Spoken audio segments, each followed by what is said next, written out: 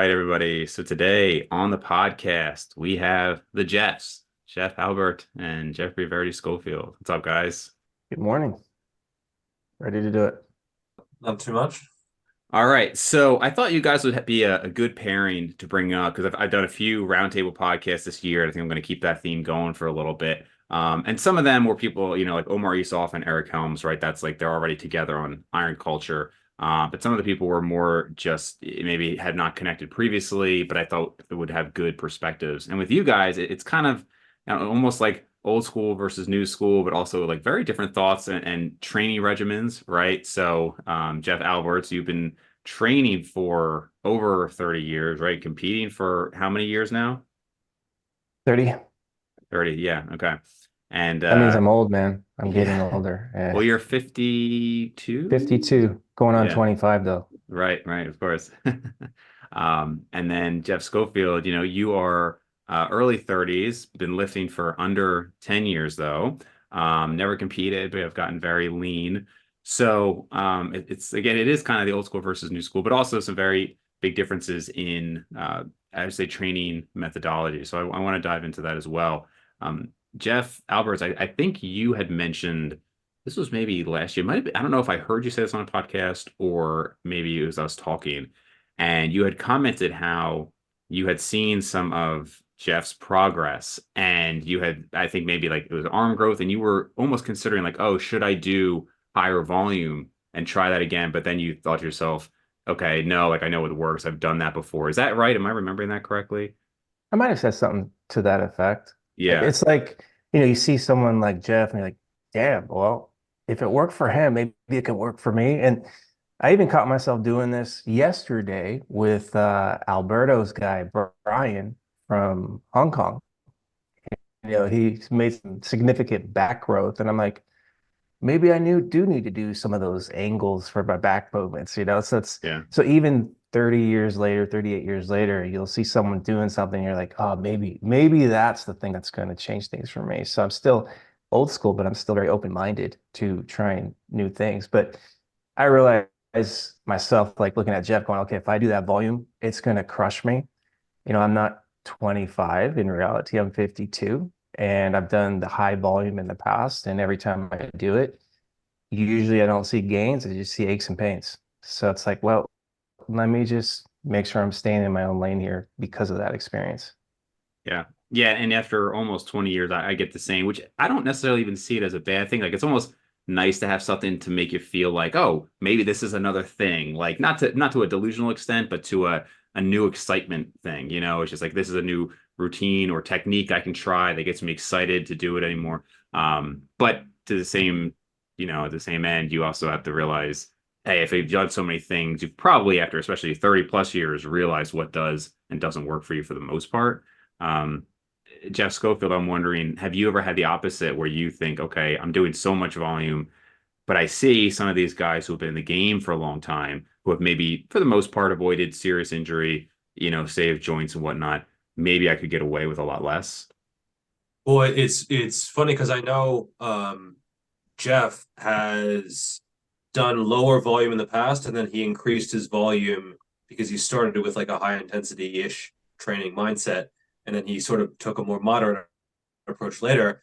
I started way, way, way high at times, doing German volume training on deadlifts and then finishing up with 3 sets of 20 after that, because I guess Ugh. 10 by 10 on deadlifts is not enough. Stuff like that. Like I do way more moderate volume now than I used to. I mean, I've done some just, deadlifting 30,000 kilos of volume in a single session, stuff like that. And so when people see my training now and they say, oh, that's a lot of volume, this is actually way down from what I used to do. And so for me, it's a lot easier than, running 80 miles a week or doing any of the stuff that I was doing before. And so I think I've noticed a trend that a lot of people sort of moderate the variables over time. And so, I have taken inspiration from some guys in the high intensity sphere where, okay, if they're seeing good results from one set and I'm here crushing 40 sets for back a week, like maybe I could change my technique to get more out of each set. Maybe I could improve the quality of the reps, the control, etc. And so I have definitely reduced my volume over time while keeping the effort and actually increasing the effort over time as well. Because when you're doing that much volume, your effort almost gets diluted, where you think you're training hard, but you're just tired. You're just tired, and so it feels all out, but you're just not a good effort every single set. And so I've actually dropped my volume down quite a bit, and it's still higher than most people, I would say. But then again, I'm also not as strong as a lot of other natural lifters, so it kind of cancels out in a way. Like I know Alex Leonidas, he's more of like a two set per exercise kind of guy, where I'm more like three or four. But on a lot of movements, he's like 50% stronger than me, right? So Hmm. it kind of cancels out that way. So yeah, I definitely moderated the training variables as I've gone along, and my volume is quite a bit lower than it was, especially compared to 4, 5, 6 years ago. So that's the thing about comparing, like I don't think like this is I don't think this is a versus. I think this is a lot of similarities. This fact that your volume was higher in the past, now it's lower in comparison to that. But when you look at you and me, it's like mine appears low to you, but in the reality is that we've both done the same exact thing. We just each have our own baseline. And I think that's when people look on the internet and they're looking at people's volumes, you can't compare yourself to an individual. You have to have some type of starting point. And that's what we both done. Like, okay, I started from the lower camp and realized like, well, I can't keep crushing myself because this is just killing me. And then Eric Helms, Alberto Nunez, like, hey, Jeff, why don't you bring down the intensity and let's add a little more volume there, but not as high intense. So I'm like, okay, let me do 3 or 4 sets instead of just two and crushing myself. Then you realize like, oh, actually, hey, this is a pretty good response here. My joints don't hurt as much. My recovery is a little bit better. So in a sense, what I've done is just found sweet spots. I found my range. It's anywhere between 2 to 4 sets. If I don't have time, I'm going to go down to 2 sets and go a little bit more intense so I can get out of the gym fast. And then the question becomes like, what's better, 2 sets to absolute failure, or is it 3 or 4 sets with 2 or 3 in the tank? I don't know. Like I would have to do a Yeah. perfect study on myself and keep all variables controlled. And I'm talking not just training variables, but nutrition, sleep, hydration, like life factors, like all these things. And so when people ask me if you could go back in time, this is a question I get all the time because I'm getting older. If you can go back in time, what would you change? I'm like, Mm. I have no idea. And I'm not going to stress on it. All I know, it's like all the experiences I've gone through is the reason I'm able to get on a podcast like this and share it with you guys.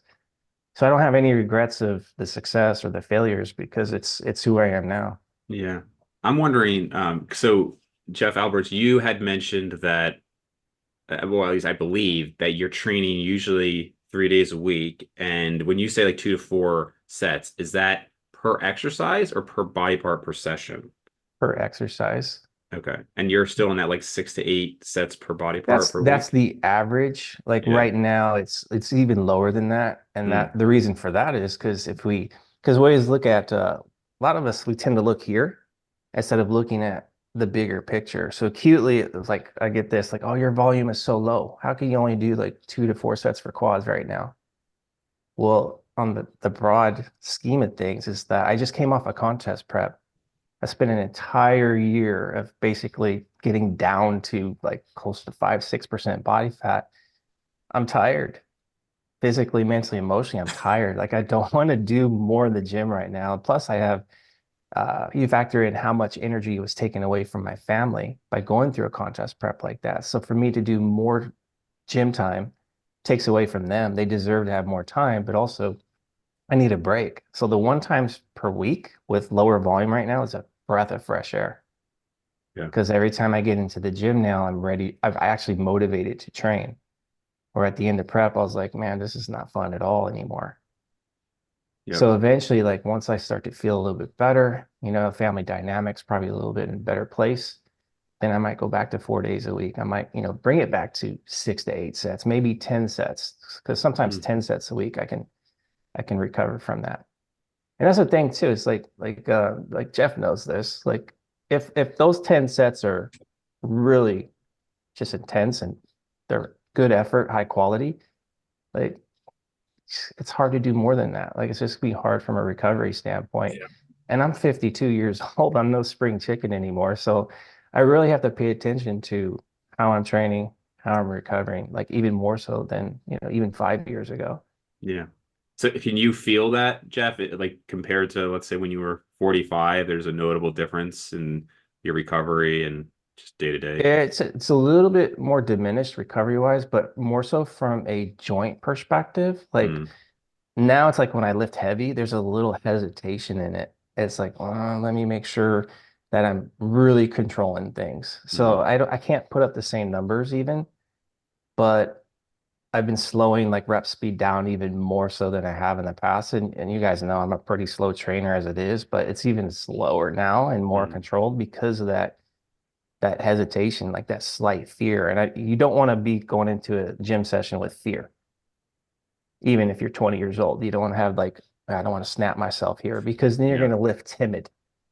It's almost Yeah. like a football player going across the middle. You don't want to try to catch the ball like this because your body's going to be really tight and you're going to get smashed and you're going to get injured. You want to basically go in there, with a lot of confidence. Yeah, yeah, sure. Yeah, no, there's definitely some exercises now that I mean I don't even do, for example, like 1 rep max bench press or anything like that anymore, but just certain things where I'm just like, ugh, I just don't know how this next rep is gonna go, and I don't like the feeling of that. So I kind of stay in my lane with certain lifts at this point. So Jeff Schofield, how many you're doing what, like still 20 to 30 sets? Is that roughly per body part? So I don't, all right. So I used to track my volume religiously to the point where the volume became the goal. And when something becomes the goal, every other training variable tends to shape around that goal. So if you think, okay, well, I need to be hitting, I'm not seeing results from 20 sets for back. I need to go to 25. Oh, I need to go to 30. And so your proximity to failure drops off, your effort drops off, other variables, your technique drop off. And so I was sort of chasing volume for a while. And now I sometimes track volume in hindsight. So someone might ask, "Oh, how many sets are you doing for this muscle group?" I actually have to go back into my training log and add it all. And so I train a little bit more instinctively than I used to, where I wasn't as, and I used to be very numbers focused, and now I'm more like, okay, I did 2 sets of RDLs. They were sufficiently hard. I know doing a third one is probably not actually going to do anything. Whereas before, it'd be like, okay, well, I have to hit these numbers. I have to hit this volume. And so it doesn't really matter how I feel. I'm not going to even tap into that. It's just, okay, well, I'm doing 5 sets because that's what I have written down, or that's what I think I need to do based Hmm. on what I was doing before. So I do train more instinctively, more intuitively, and I do auto regulate my volume much more than I used to. And I've had times where I did 1 set. I did 1 set of RDLs, and I just I was wrecked afterwards. I'm like, all right, wrecked in a good way. I didn't experience that until after I had my QL injury and retweaked it probably 8, 9, 10 times over the course of 10 months. And yeah, anytime you approach anything where you got injured before and you had trouble walking afterwards, like yeah, there is that element of fear. And so yeah, I do lift differently now compared to before that injury. And actually it's helped in a lot of ways because I do control the weight more. My technique is a lot cleaner, a lot smoother, and it actually, I mean, that's one good way to learn physiology, getting injured. I didn't know what a QL was before I ripped it up. So it's like it actually was a nice teaching tool. And that was my best year of quad gains anyway, because I had to actually diversify my training and find out how to work around that issue. And I found out some stuff pretty instrumental in creating new gains. Yeah. So Yeah, it's actually. very similar. Again, like I don't think we're much different. We're just like he's chasing volume in the early stages. I'm chasing intensity and chasing load. And Yeah. then I tear my calf in 2013 chasing Yeah. load. 500 plus pounds on a Smith machine. Like, why? Like, Yeah. why was I doing that? Well, because I was able to, but Yeah. to a point. And then it was like he said, like Jeff said, it's a teaching tool. And I'm like, well, how can I get a stimulus with less now? Like, what other ways can I train more intelligently? Especially as you get older.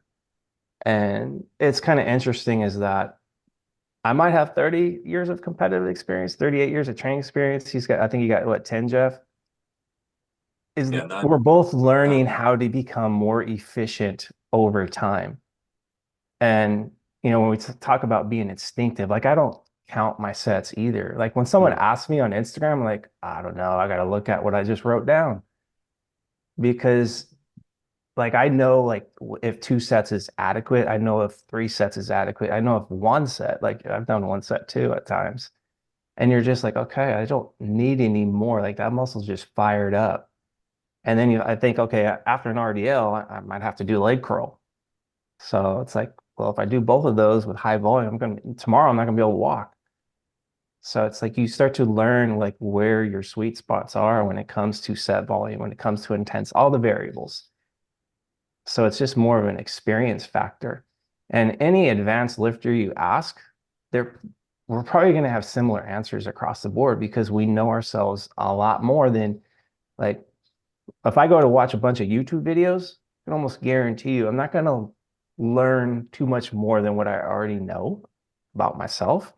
I tend to look at other sports now more than the realm of bodybuilding because they have a better grasp on like the fundamentals of supply and demand, like how to manage fatigue and these things. Like I could look at football and like, okay, these guys don't play more than once a week for a reason. Same thing with NBA. They don't, when they play back-to-back NBA games, the winning percentage on the second day is a lot lower. It's like, well, why is that? Well, that's because they're tired.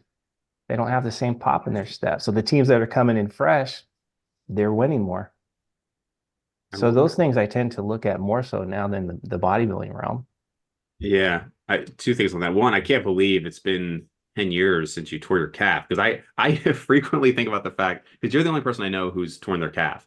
And so there are some times where I get to some like intense stretches and I remember that you tore your calf and I'm like, oh, because there's some things where I just think like nobody gets injured like this. Like if you're doing a heavy barbell bench, like yeah, people do definitely tear their pecs, right? If you're doing a heavy preacher curl, yeah, people tear their bicep. But like there's other things where it's like, all right, I don't really see a lot of injuries with that. Like a heavy shoulder press, I don't hear people like you maybe get like chronic shoulder issues, but it's not like, oh, you tore your delt off, right? So and calf raise is another one that I just don't think of too many injuries, but then I think of good old Jeff Alberts and I think, all right, maybe back off a little bit.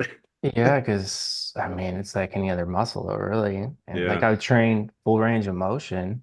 So I worked myself up like regularly over 500 pounds. And that specific day, I can tell you, I was probably a little dehydrated going in because the first exercise, I think I did squats, they didn't feel right. I felt off, like everything, it felt kind of heavy. And then I Mm. just ignored it. Don't be a pussy. Just get in there and keep doing it. So finished that exercise, went to leg curl, same thing, felt off, but egos like just keep pushing, powering through. Well, second set of calf raises, about third or fourth rep. No, wasn't going to happen. And it just snap city. It wasn't form wasn't bad or anything like that. Like I wasn't lifting heavier than I normally was lifting. It's just that particular day, my body is just like, nope. And yeah, you just rethink things. So now when I go into training sessions and I don't feel 100%, like whether it's physically or mentally, I'll just tap out. I'll just say, you know what, I'm done here. I'm gonna walk out and I'm not gonna shrink. It's not like because I didn't finish the workout, all of a sudden I'm gonna start to lose muscle mass. If anything, it's a good call because now when I do go back to the gym, whether it's the next day or day after, I'm fully recovered. I'm like 100%. I'm ready to have a good quality session. I'm gonna get more out of myself because of that. And then the following day, I'm gonna be able to recover more because I'm not trying to train when I'm already tired.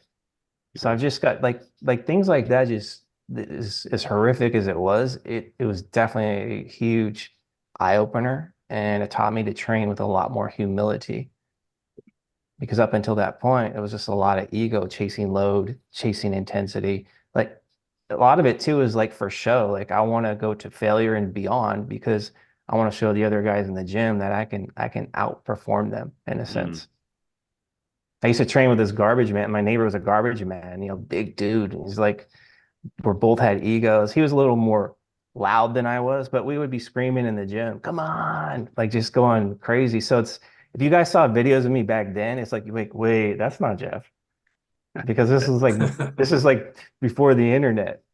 But yeah, I was one of those guys who just like really just go after it with intensity. So just over time, I've learned to kind of change my approach, change my style. And that's all it is, in my opinion, is style. Like when you see Jeff, I know Jeff's a little bit looser of form, and I'm like really tight. And so people will say, well, which is better? I'm like, well, if you look at his form, it's standardized. Just look at him in isolation, it's standardized and he's used to it. And that style probably fits for him a lot better than it would for me at this point. Because if I did it, I'd probably snap myself up. But again, look at any other sports. You got wide receivers, you got running backs, you got offensive linemen. Like the body types are different.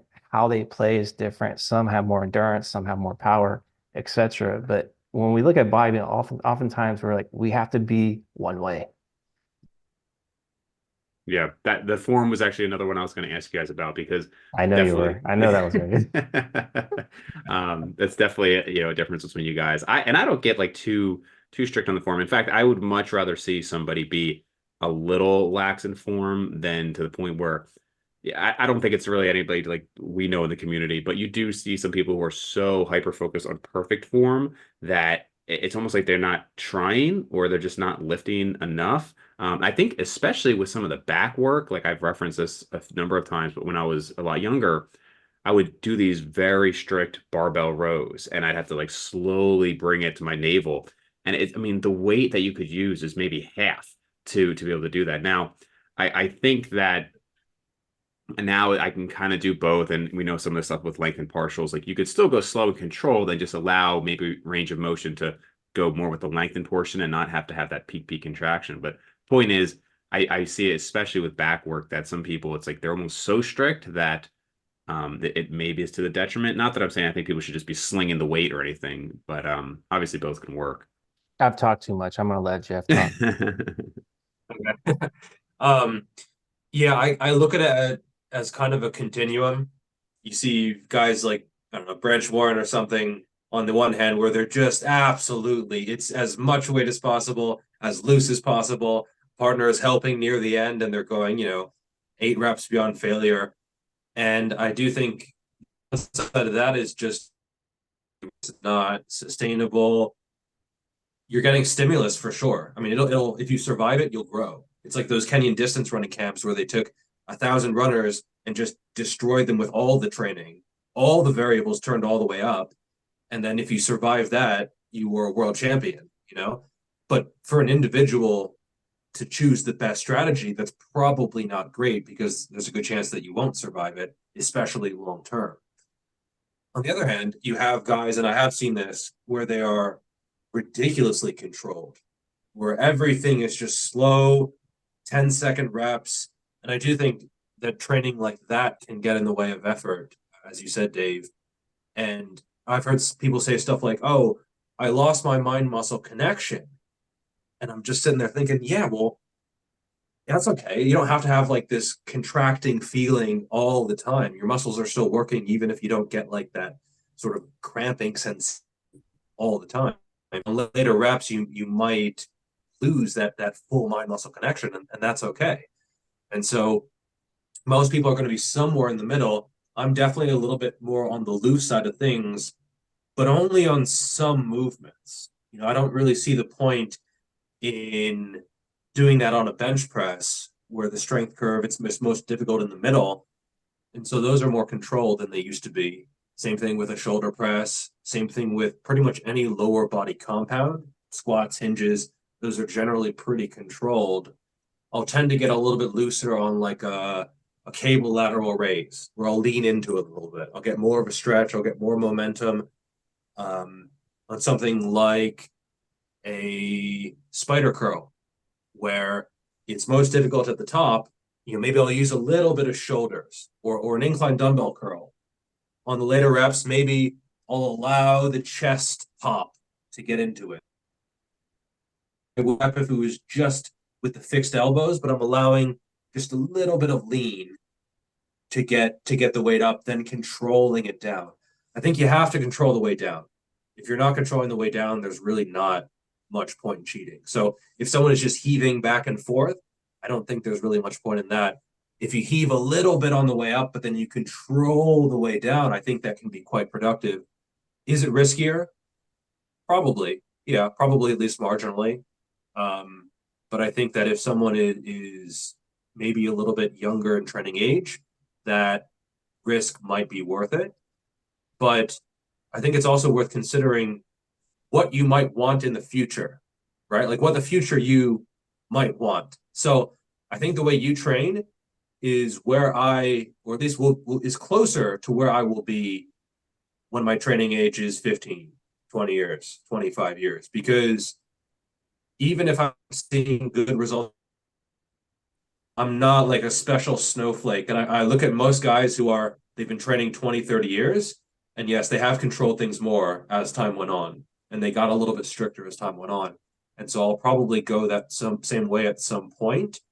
And I try to only cheat on the very safe exercises, the ones where, Let me are ask you fairly something real quick, snap-free. Jeff. Can I interrupt?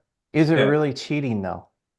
Because the way you're describing it is, I'm cheating, but is it really cheating because you've standardized your form and you're controlling it on the way down? So is it technically cheating, Right. or is it, hey, I'm actually using really good technique and form that's safe for me right now because you have that control? Well, that's I almost think like it's not the right word for it because it Yeah, implies like you're doing something wrong. nefarious Right. or, Like a or cheat Exactly. meal. That's what I'm saying. yeah, It's like like you're you're cheating not on the doing test. something wrong. If you're swinging for the trees and you're at high risk for injury, that's different. Then yeah, you're cheating and you're risking injury. But like if you're fully controlled, even quote unquote cheating it Right. up, you're still in total control doing it.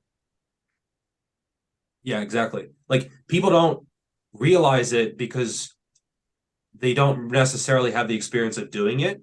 So they might see it and think, oh, that's not controlled.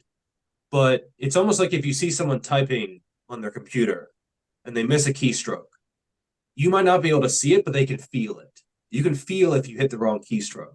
So you can feel if it's getting to the point where, okay, that's not really productive. It's not as controlled as I want it to be. But from an outside observer, it might not look that different. Like the rep that is a good solid rep that's useful, and the rep where you're like, okay, that's getting to the point where it's just not, I'm just sort of moving around. I'm just moving my body in the weight and space, and it's not productive. Those two things that transcend from the useful rep, they might look almost identical to someone else, but you can feel it. You can feel the difference very, very actively. And even on different movements, you can feel like, okay, this is just like I would never cheat on this. It's just not useful. On other movements, I might cheat pretty early in the set and I might go like 10 or 15 reps beyond failure, right? If I'm doing, let's say a dumbbell rear delt raise with my chest supported, the most difficult part is at the very top. And so I might hit failure 5 reps in and then start getting partials. And then when I could barely get partials and I'm only getting these last little bits, then I start, getting a little bit of oomph into it. And I feel like that's quite productive, And so it really does depend on the movement. It depends on how you feel. It's sometimes difficult to explain and it's easy to criticize because you just see things. Saying that feeling is quite challenging at times. I can't help but think if Mike Israetel was here, he would say, "Hey, if you and your wife are swingers, is it really cheating?" Right? It's all contextual. And I would say if you're Yep. you plan a cheat meal, right? It's not really cheating, right? So I think that's a good point that Jeff brought up. But I agree with what you said, Dave, like earlier. It's like you can like if your form is like so strict where you're purposely slowing down concentrics to a point, it's like ask yourself, okay, how much muscle you're actually recruiting there? Yeah. So Yeah. it's like people see me that you're a slow trainer, but my concentrics for the most part, and this is exercise dependent, I'm going as fast Yeah. as I can. It's just I'm not moving the weight fast because it's heavy. Mhm. But there's a lot of force being applied there. It's like I use a grocery cart analogy. Like if I'm in a grocery store and I got like just a full load of groceries and I want to push this thing across the store, I'm not gonna just push it super slow because it's only going to travel so far. If I want to get it across the store, I'm gonna have to push as hard as I can. But it's not like that thing's gonna go flying across the store. Mhm. It's gonna go slow. So it's like that's kind of my style. It's like I'm very controlled. It looks slow. It looks like I'm purposely slowing things down, but I'm actually not. I'm slowing the eccentrics down quite a bit because like Jeff's saying, I want to ensure that I'm getting because that's an important part of a rep is the eccentric. It's actually where you're the most strongest. So if I can hold it a little bit longer, I'm going to get that much more tension per rep. So again, it's just the way I look at the form thing. Like I used to be more of my stance has changed. I go, oh man, that's like if I would have seen Jeff's form for the very first time, let's say 10 years ago, I would have been like, oh gosh, that's trash, man. And then I would be like, hey, his form sucks ass. And I would be like, mine's so much better because it's like an identity thing. It's like you're defending like your style, your approach. It's like an identity. But now it's like I could kind of see past that and I can like, okay, let me watch a few sets. They all look the same. So Yeah. it's standardized. So as long as it's safe, it's working for them. And then same thing for me. It's like I put a post up, I think, on Instagram like a week or so ago. I don't know if you guys know who Rick Barry is. Might be before your time, but No. really good NBA player. Used to play for the Golden State Warriors back in the day. We're talking like 70s or maybe early 80s, somewhere in there. His free throws, he would shoot them granny style, underhand. Really? And he knocked down 80, almost 90% of his free throws for his career doing it in that fashion. And then now you look at Steph Curry and he's shooting like 91%, close to 91% for his career. Not that much difference there. Two different styles, two different approaches, but they standardized their technique to can basically the same amount of free throws over a Yeah. career. So it's kind of the same thing here. It's like you look at Jeff, you're like, okay, he's shooting like Steph Curry. I'm shooting like Rick Barry, but we're still getting the same effect, same output. Yeah. Jeff, you mentioned sports a few times here, and I wonder if you guys maybe have insights with your own clients on this. This was more of an old school thought, but I wonder if it holds up at all. That some of these athletes that would be, quote unquote, fast twitch athletes and whatnot, they would do better with lower volumes and higher intensities because it was enough, right? Whereas I know Jeff Schofield, you came from an endurance running background and you do very high volume. And you could say, well, that's just because that's again maybe like your natural muscle fibers, or is it that you kind of trained yourself to get used to these high volumes? You guys think there's anything to that in terms of athletic background and then that leading to different responses to high versus low volume? Probably. Yeah. Um, it's hard to tease out nature versus nurture. It really is because you can't like A/B test this stuff because we only get this one life. We only time's always going forward, right? And so the experiment's always changing. And so someone asked me about this pretty recently, and so do I do more volume because I was a distance runner, and being a distance runner helped me with my endurance, my heart size, my capitalization, all this kind of stuff. And so it helps me recover or it helps me do the work. So work capacity, recover capacity. Or is it because that I was born the type of person who would be good at endurance running, and that type of person is also good at handling a lot of volume? And it's probably a bit of both.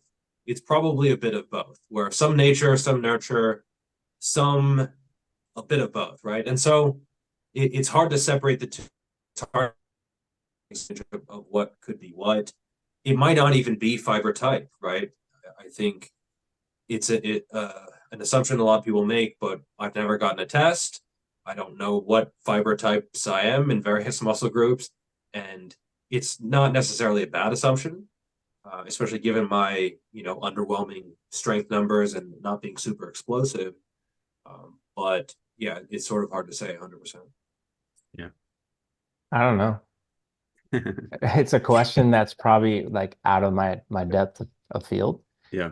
But I mean, just like, I don't know, my 38 years of experience, like again, if you look at marathon runner or a distance runner and a sprinter, it's like two different physiques there. So it's like, well, okay, is there something to that? Are they born that way? So they just naturally gravitated towards that, or were they trained that way?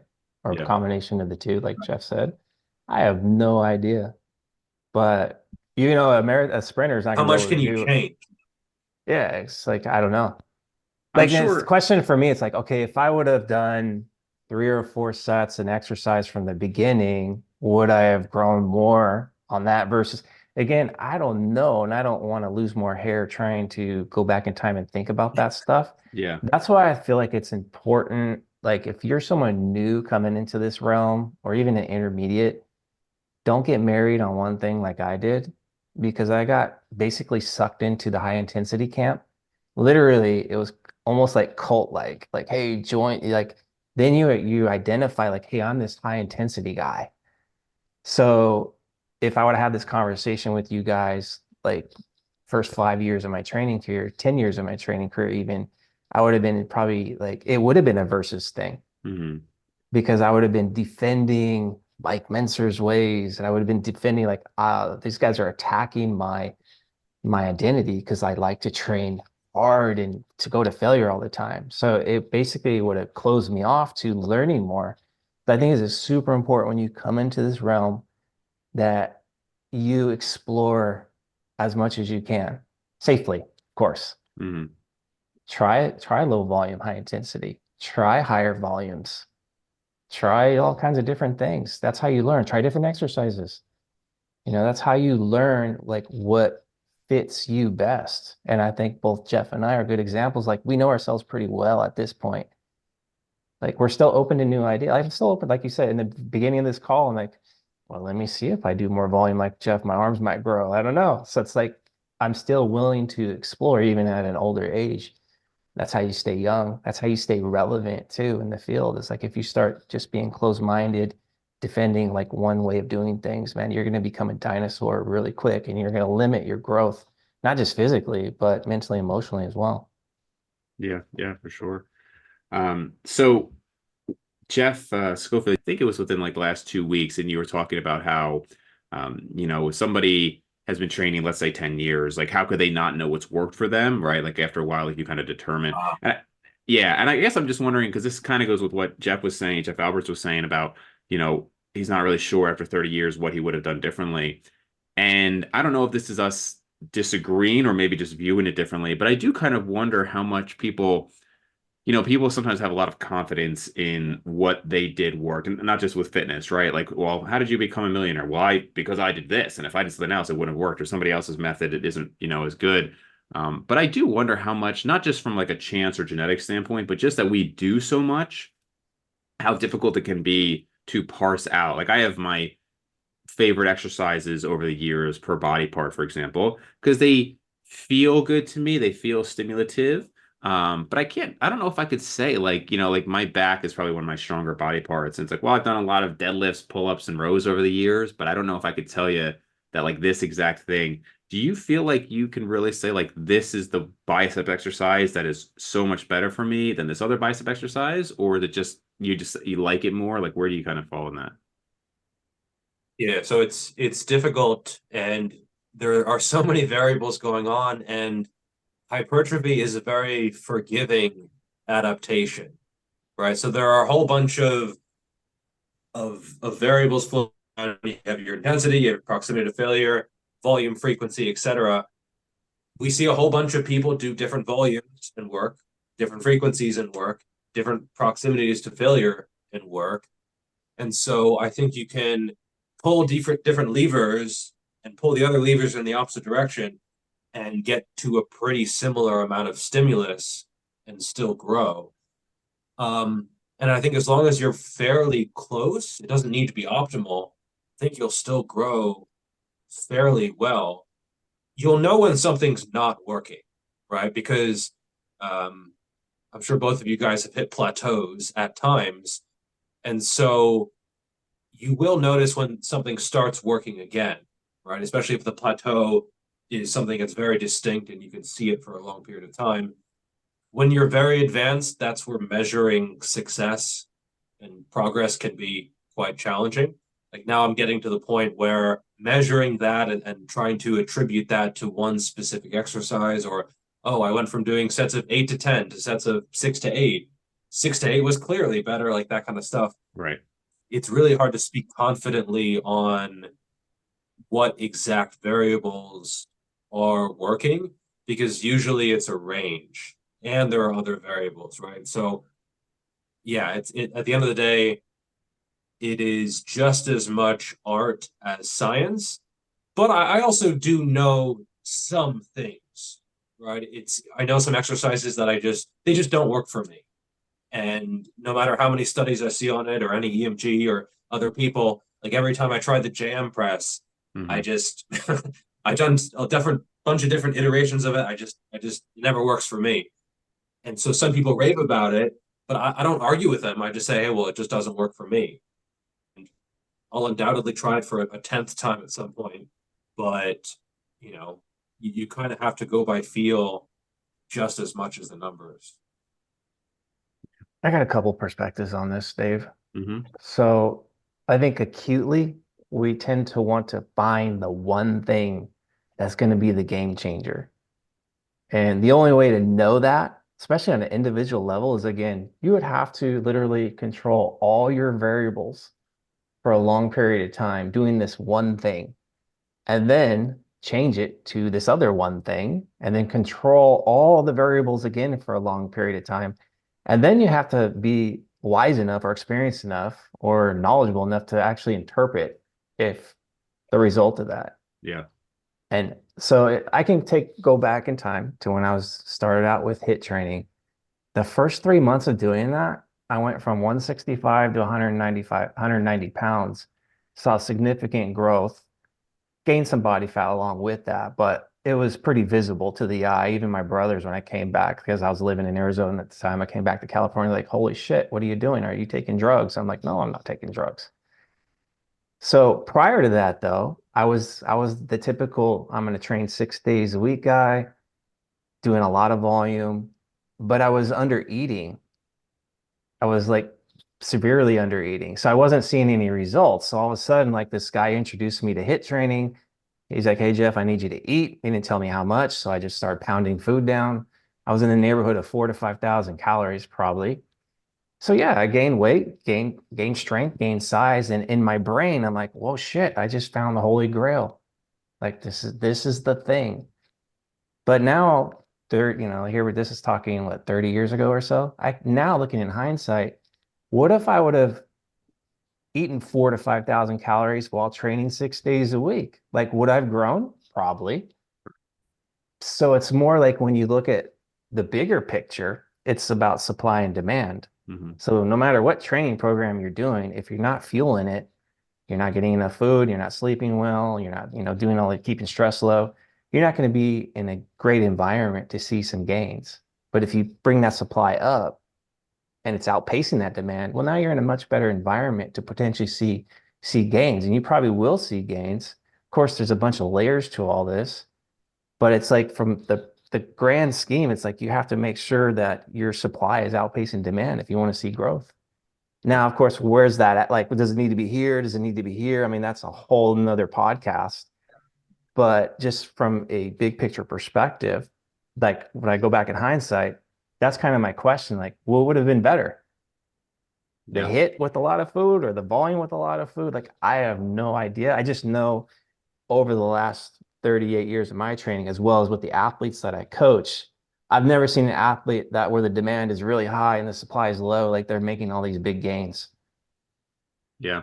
I Yeah. always got to outpace it.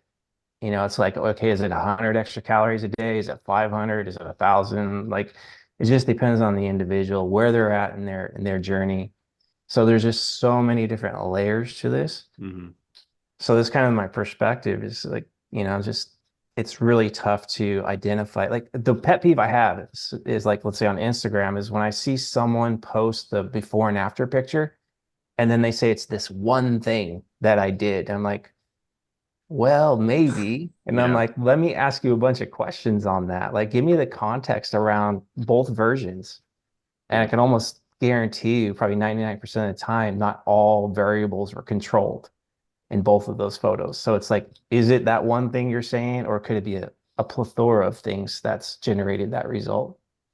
Totally. Yeah, and I think there's sometimes just something that we can't explain or we don't know. Like obviously something changed, but it's hard to know. Like for example, um, I do pull-ups twice a week, and I've slowly gone up from about 190 pounds body weight to about 210. And so my pull-ups kind of stayed the same throughout that. But I'm like, all right, well, if I'm pulling up another 20 pounds, let's like call that quote unquote relative progress. Now the question is, will I then also stay the same as I go back down, right? Hopefully I can then increase the reps a little bit. But in any case, 2 weeks ago, I hit a PR and I was like, oh, all right. Like, I don't know why I hit that PR, but it was like, I've been doing this sequence for years and I hit a PR. Was like, okay, cool. Next week, I matched it. I wish I could tell you what changed that I did the same thing pretty much every workout for a year. And then all of a sudden, 2 weeks in a row now, I've hit a PR. I don't have an explanation for it. But so many people talk about like, oh, they'll have a spurt, right? Random growth spurt of something. Again, obviously, most of the time I think we can tell something's changed, but I've heard it enough times where it's just like, yeah, I don't know. I just felt it this time and it's just stuck with it. I had a similar thing with bench press back in 2020, and it was like 225 for 12, 225 for 12 the next week, on and on and on. And then one day I just got 14 and then it just stuck.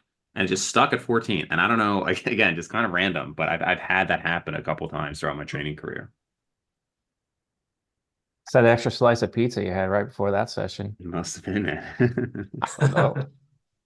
know. Well, one thing I wanted to talk about with bulking up, because I had Eric Helms on recently. He says he doesn't plan to bulk up anymore beyond maybe, 190 or around there.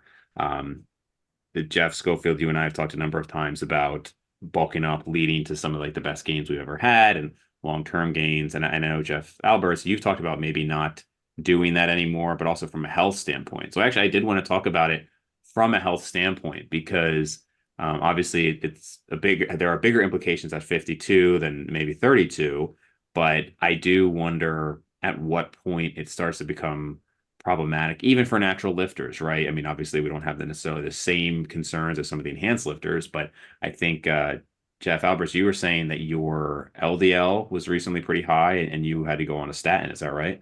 Yeah. Yeah, 2 years ago I got 2 years. diagnosed with Okay. that. Yeah. Hmm. So I tried to change, like, just change habits because at that point my habits, let's say it was off season, they weren't the Hmm. greatest. My body weight was over 200 pounds. And that's typical off season for me, 190, 200 in that realm.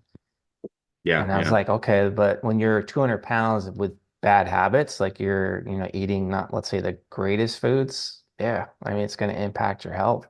Yeah. Yeah. So, I mean, long story short, just cleaned up some habits, lost a little bit of weight, but the numbers weren't coming down, to where my doctor was comfortable. And eventually he's like, hey, you really need to do this statin. And, since then, numbers have come way down. Jeff, do you mind sharing what your LDL was before and now with the change? I can't remember the Uh, numbers offhand. Talking about me, right? Yes. Yes. Jeff Alberts. Sorry. Yeah, I don't remember the exact numbers. Okay. So yeah, the numbers weren't like way, way high, but they were alarming. Hmm. And I have a history, like my genetics, my dad's side of the family, heart disease. Hmm.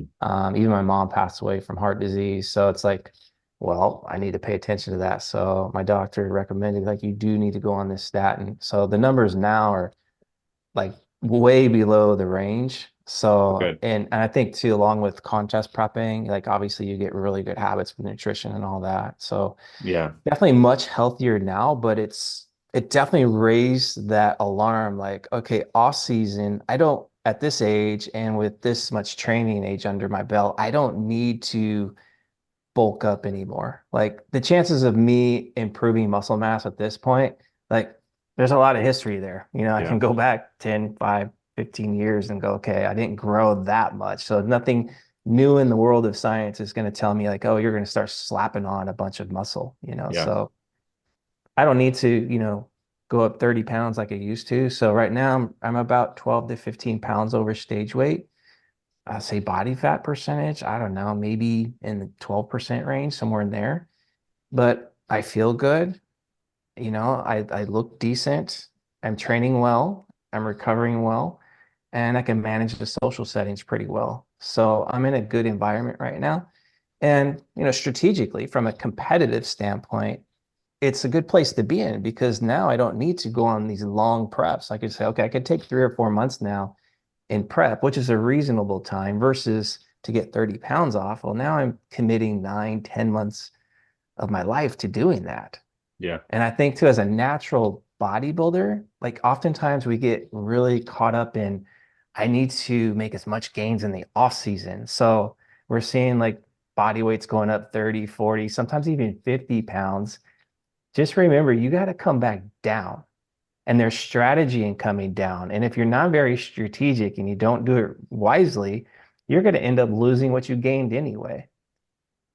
Yeah. So, and then the question is can one make more gains being 20 over, 30 over, 15 over?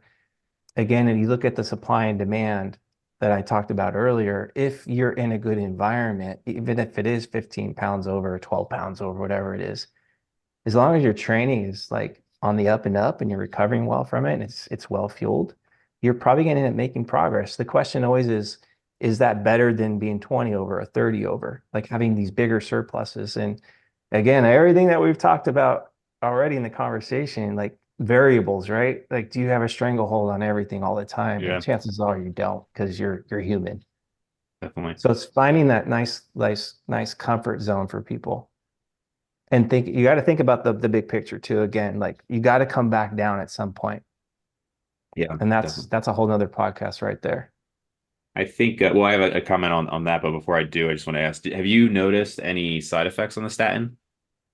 No, yeah, that's one. So like we've tested like my liver and all that, everything is fine, but I haven't really noticed any No negative muscle effects from pains or taking no anything like muscle that? pain or anything like that. Yeah. Good. Sometimes my brain, I'm kind of thinking like, well, sometimes when I'm talking, like Mm, pause. I'm like, I got to restart things. I'm like, was that from that, or is that just being 52, or am I tired? Like again, it's like, what are the variables that are causing that? I don't it's know. yeah, it's so that's what concerns me with anything like that. Statins. We on the last podcast, Alberto, we were talking about Eric Helms taking finasteride and like some of these things that like as people get older, they just start to take, and you have to wonder, excuse me, if it's how much of the side effects are placebo and how Yeah. much of it is just age. Like with the finasteride example, you get some people who start finasteride at 40 and then they're 50 and they're like, oh, I don't have the same libido. And it's like, well, is that the finasteride or is that because you aged 10 years and maybe you're 20 You're pounds 50 heavier, now, right? man. Yeah. Exactly. Like, You want to go in the rocking chair more than, you know what I mean? right, right. Yeah, it can be hard to know. So, but that's good that you haven't had any issues there. But regarding the big sways and weight with bulking, I kind of feel like I mean it's a little different in your case because you've been competing this whole time. So I can understand wanting to push the weight up. But I think for a lot of people, it's like, if you start at 20 and now you're 37, like, most people don't want to be fat, quote unquote, fat for a third of the year. And they don't want to be like borderline anorexic a third of the year. Like it kind of makes sense to feel like, okay, you've got a good range of 10 pounds. Like for me, that's 190 to 200. Maybe it'll be 185 to 195 if I want to be a little leaner. But there's like that range. And like, I look pretty good here. I'm pretty healthy here. I'm pretty happy with like food and all that stuff. And then you just kind of find a weight that you settle in at. Again, if you're competing, I get it's a little different, but I think probably to some degree you don't. I am in favor of the not quote unquote dirty bulks, but larger bulks over a long period of time early on. But I do think after some point, it's like, look, man, you probably did this to some degree to look good. You probably don't want to spend again all this time at like 22% body fat or whatever it is. So Yeah, it's I'm certainly a proponent of bulking, and but I feel pretty good anywhere from 190 to 220. And right now I'm like 223, 224. And that's like I'm right now about as heavy as I've ever been. But I also don't necessarily think I need to hit a new high. I have hit a new high in body weight, but that's not really what is going to be driving muscular progress, right? Being 21 versus 22% body fat, I mean, the body barely knows the difference. It does a little bit. There's a point where your appetite will just completely shut off. So almost like when you're dieting, there's a point when your appetite will always be on when you get to a certain point.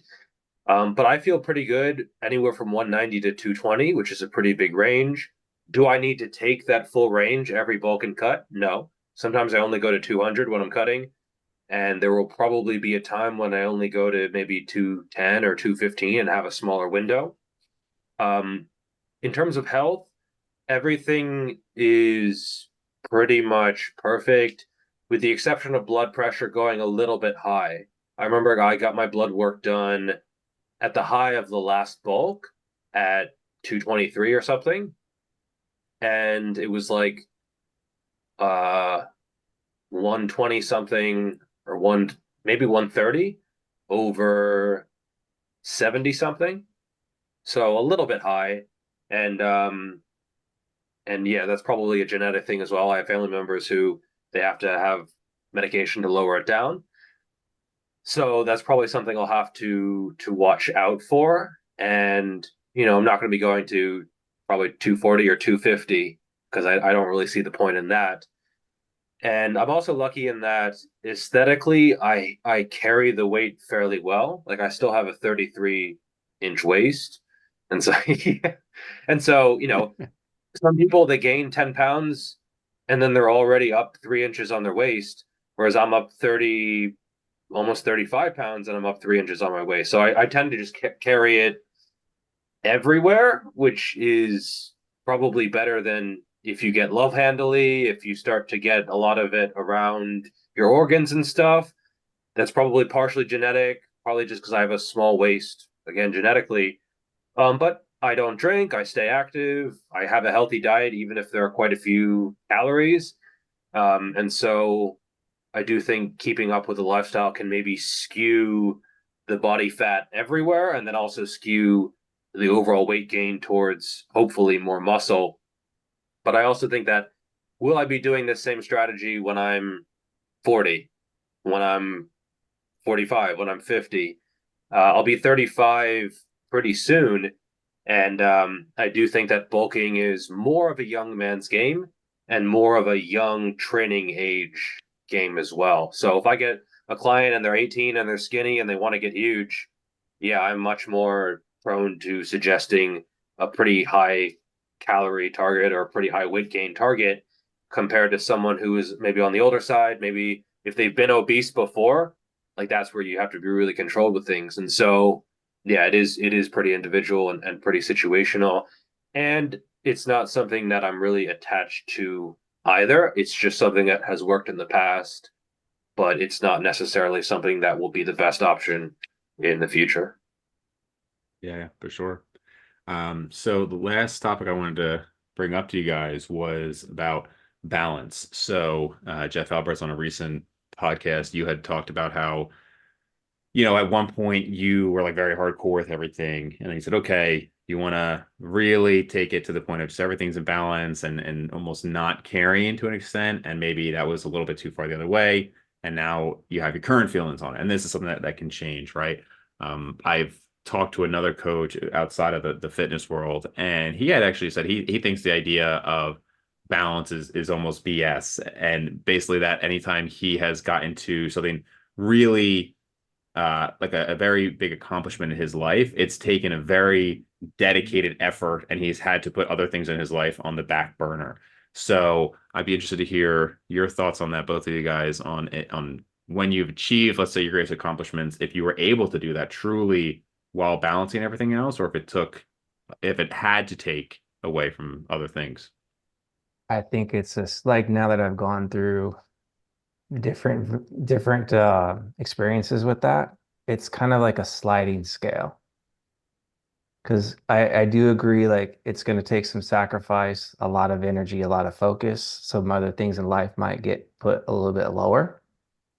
So I can go back to my 20s and say I was very hyper focused on bodybuilding to a fault because I wasn't paying attention to the things that need to be paid attention to, like my ex-wife, my family, work, those types of things. So it's like bodybuilding came first no matter what. And yeah, I won some local shows, yay, right? But when all's said and done, it's like, okay, now because I'm done with this hyper-focused goal, everything gets put to the front now. Like all those things that you were neglecting and pushing down because you're so laser focused, now they're really in your face. And now you, in a sense, you don't really know how, at least I didn't know how to cope with that and deal with it because I had all these different things coming at me all at the same time. I can't go hide in bodybuilding anymore. I have to actually address it. So that was a rough patch. Mhm. You know, even though I was a successful bodybuilder at the time, I wasn't successful in other areas as much as I should have been. Then we fast forward to, when I'm now in my early 40s, I'm remarried and I'm like, I don't want to make the same mistakes again, on that front. So it's like, okay, now I'm going to try to balance, quote unquote, balance this thing a lot more. So it's like, okay, instead of being super hyper focused on bodybuilding 24/7, I'm now picking my spots. In the past, I wouldn't like, okay, if I train on Monday, I can't train on Tuesday. I got to train on Monday no matter what. Well, now it's like, well, I can't train on Monday. I'll train on Tuesday instead. So little shifts like that helped.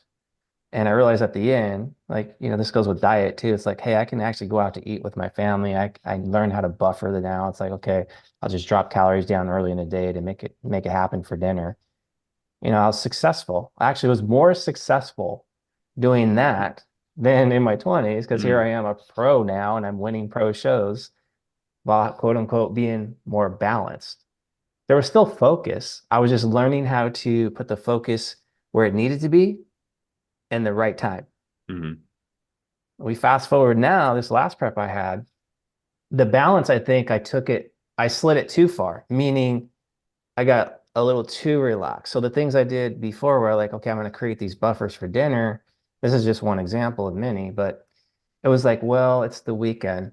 I did good Monday through Friday, and I can have a refeed all day on Saturday and Sunday. Well, and instead of eating, let's say 3,000 calories, it's 3,500 or it's 3,400 or it's 3,700. And then there's no progress. So it's like this cycle of like not seeing a ton of progress. So it's like almost 6 months of doing this and not really, not being fully committed either way. You're kind of just waffling in between. Then I was like, okay, I need to, if I'm going to make it to Worlds at 52 and try to, be at my very best, I'm gonna have to slide that scale more to I got to sacrifice. Mhm. So long story short is I just realized like it's easier for me to nowadays, like at least this last prep, to say, okay, to have a conversation with my wife and say, okay, for the next 3 months, I gotta go hard and I'm gonna have to sacrifice. So now we're both on the same page. We know what to expect. I know what to expect. She knows what to expect.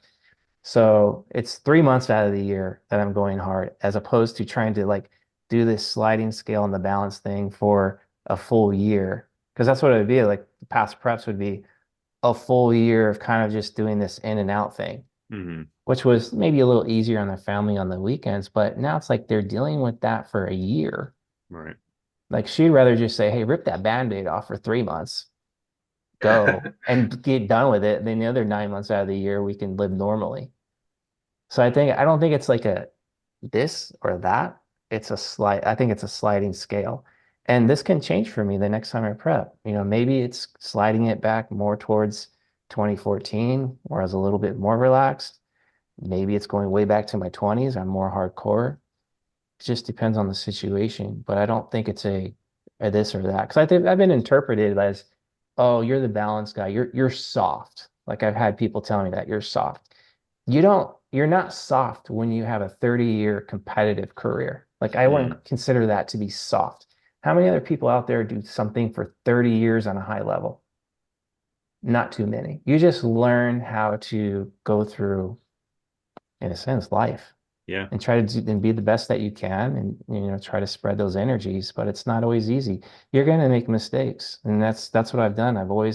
That's the thing. You got to keep your eyes open when you make mistakes. Don't repeat them. Learn from them and try to make things better as you go.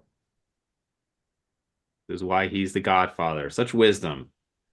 I'm an old fart. That's all right. So I kind of look at it, and it's super apparent, from watching your journey and your posts, how important your family is, and how you've managed to balance that. And it's something I've learned from. I think it's something that anyone can learn from or should learn from because it is important. And I think sometimes prioritizing training too much all the time actually leads to worse training in some ways. And, I kind of look at it as you have your work, you have your family and social life, and then you have training. And, for me, training is always going to be in the top three priorities in my life. But there certainly have been times when it wasn't number one. And, I think you have to kind of juggle them at times and go with the flow. Like I haven't been working as much this past year, because it turns out I actually have a wife, right? Like I've seen her around the house, and she seems actually really nice. I've gotten to know her. I made a good choice. Good job, past Jeff. And so I've been getting to know her. That's been nice, actually. And then, training has been more of a focus now because for a while, YouTube was just like the number one focus, like the only thing really, spending, 8 hours a day on that, or at times 12, 14 hours a day. And so, yeah, it is about balance, but it doesn't have to be equally balanced all the time. And you do have to learn, okay, when do I prioritize this? When is this more important? And yeah, to pick your battles. And during this last diet that I did, where I was trying to get really, really lean, one of my goals was to make it easy on my wife. Like I didn't even tell her actually. Mm. And so in hindsight, maybe I should have, because then she would know what is going on. And I think probably that's what I'll do in the future, just so we're on the same page. But yeah, my goal was like to have it be not interrupt our life at all. And so, yeah, I don't know. I think you have to go through those experiences sometimes and learn from them, and consuming your content, Jeff, and seeing how you deal with the dieting, and then with balancing that with the training, and then with family and everything. Yeah, it's definitely given me some ideas with how to do that, because we talk so much about sets and reps and that kind of stuff, but those are almost secondary to the other things in some ways. You know what's crazy, Dave? Is Mm. like the guys that will say sacrifice to win. Yeah. Like you're gonna be that dickhead at the end of your goal that's holding up your trophy. Probably a local show too, like me. Yeah. Look, I won, but you have no one there Yeah. supporting you.